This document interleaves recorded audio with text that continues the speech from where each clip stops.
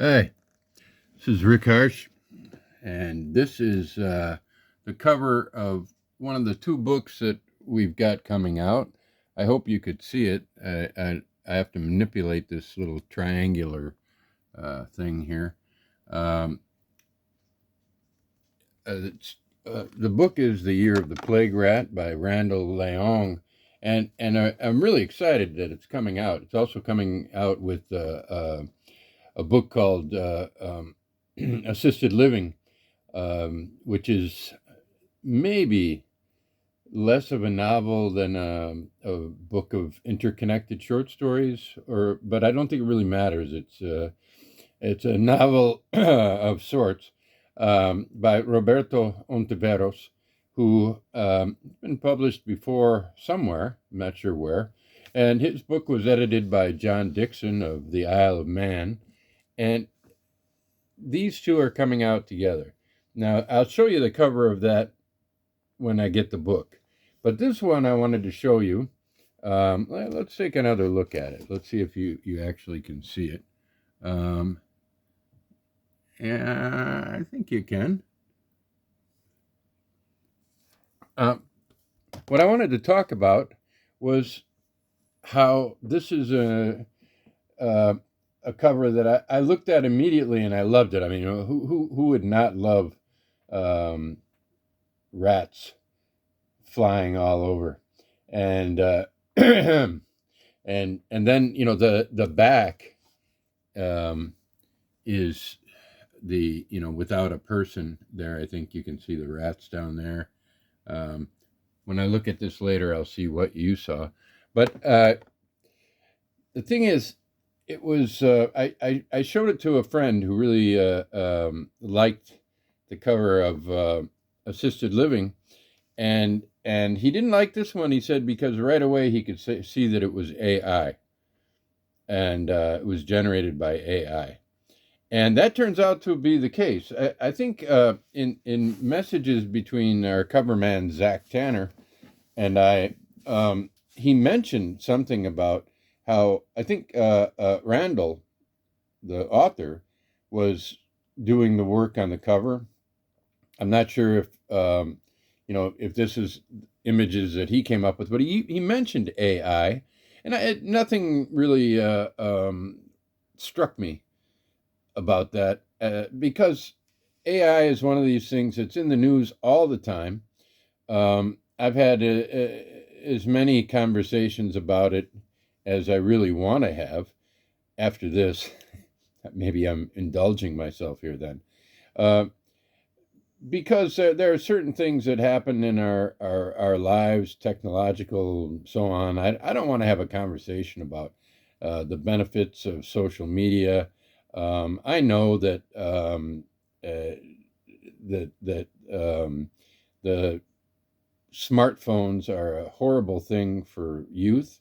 I found that out. I wish I'd have known that before I disseminated any. I wish that I could live without a smartphone because I can't though because if I otherwise I'd be limited to email, and I need to be on call for much of what I do in this world, particularly editing jobs. And those are often last minute, and I need to be available. Um, and so why not just a telephone? Well, yeah, I don't know. I'll have to think about that. But in the meantime, I'm connected, and I don't have. There's no nefarious effects on me with this telephone. I can use it for this. I'm using the telephone to make a video um, for my booktube, and so uh, it's okay. It's okay. I don't really. The only other thing I use is for in terms of time time.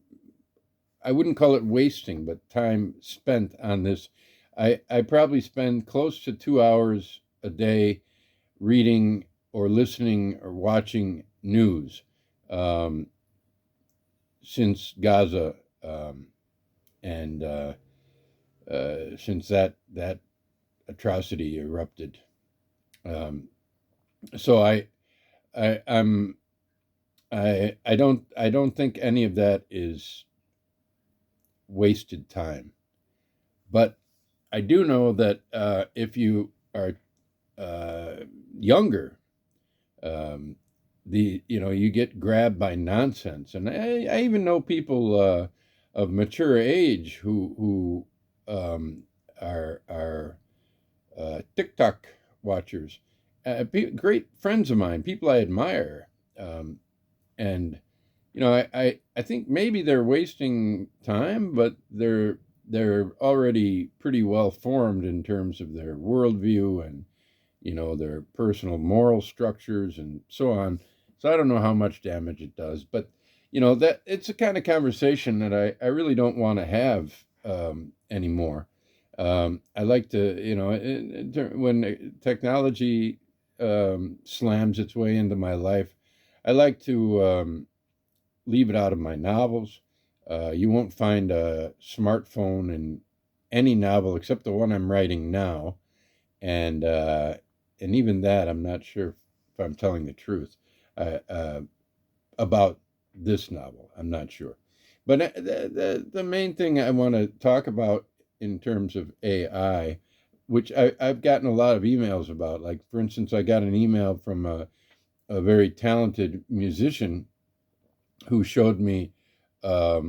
He sent me a YouTube video with somebody talking about AI and playing examples of music generated by AI, and the the and actually a composer once recently told me that AI is it's so good now that it's I don't know what conclusion he came to, but it's really good and it's dispiriting. Why is it dispiriting? Well, I think it's the classic case of the means over the ends. The criticism that was leveled against this came with the I guess not a suggestion because it's too late. The books are going to press. This will be the cover, and AI or not, I do love it, and but I think it needs to be a discussion that we have. Our books are notable for um, their excellent covers that were made by either the authors themselves, artists they knew, or Zach Tanner, who's made so many great covers for us. I wouldn't know which one to grab if it weren't for his own book. This is astonishingly good.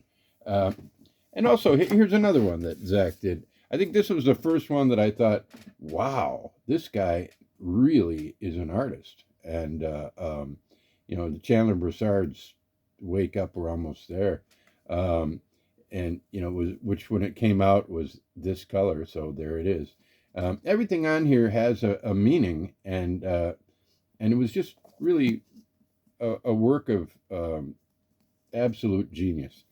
And and that's the same Zach Tanner who went along with this. And so what the person who criticized it said was, you know Zach could have done that, but it would be Zach.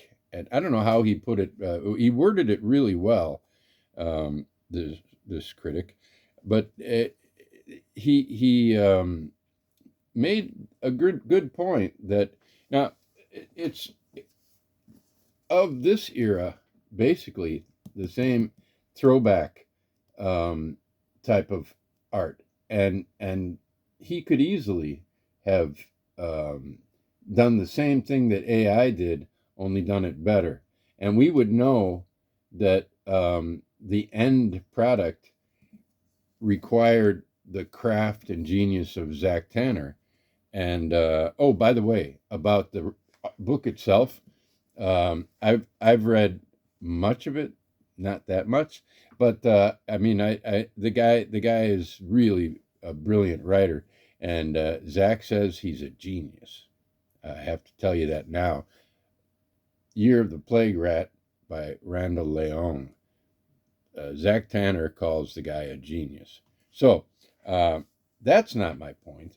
But if the book was generated by AI, if the writing were, it would mean a lot to me. And if I were not fooled, and I knew it was AI, I would say no. I want things that are still made by human beings. I don't care how good AI gets at writing. It's just not anything I'm interested in, and I don't want to be involved in it. And I'm out of academia, so I don't have to worry about that aspect of it. But in this case, I think I'll forever be disturbed by the fact that this is AI generated, and I, I, I still love the flying rats, and uh, the whole thing. I think it's a fantastic cover. But do we want that? Just knowing that the end product can be done without any concern about the means to that end. Now that's it's a very important political point. Um, in the end, you know, in the book The Assassination of Olaf Palme, an old spy is talking to his son who wants to join the U.S.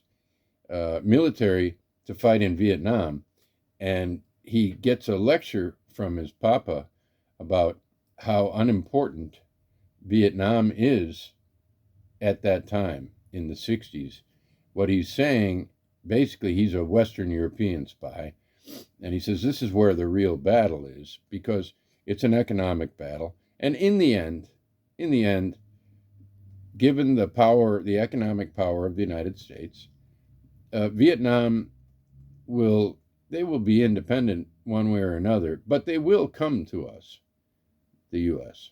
They will come to the U.S. for economic support, and U.S. businesses will end up in Vietnam. And so the means to the end, how does that? Well, the end. He according to our spy, um, there's no need to go get your ass shot. That's a means to an end. That's part of one of the means. The greater evils occurred. They were perpetrated by the U.S., and none of that was necessary, because as the global economic empire, the U.S. is going to get whatever it wants from Vietnam, and probably a lot more if they befriend them, like with Cuba. They didn't have to give up all of that sugar, but well, they've really fucked over Cuba, and so there's something deep inside me about the importance of the means to the end, and it also has to do with the human spirit, the like whatever we might consider happiness. If you study Buddhism, Hinduism, and you understand the philosophical nature of what they have to teach, you realize how healthy you can be if you control what goes in here. And there's the Western culture produces this horrific psychomental flux, the things that we have to battle to keep out of our minds. This is the root need for meditation, is to pacify the mind, to gain control over the mind, what goes in, what doesn't go in. And I think it's very unhealthy, back to the social media and the phones. Well, you can't escape entirely those conversations. But the point is, I don't. I would rather look at that and think, God damn, Zach, you did it again, than know that it was AI. Um, and I think that's the essential argument: is that the means remain important if we're to remain, um, whatever good can be found in the human being, in the creative process, especially in this case. Um, we have this book, which is definitive on the subject, The Philosophy of Creativity by David Miller, which speaks a lot of Eastern philosophy as well as Western. The philosophy of creativity, the importance of creativity, is undermined by caring about the end product and not caring about the way that we arrive at it. That's going to be a shorter one than usual. Thank you.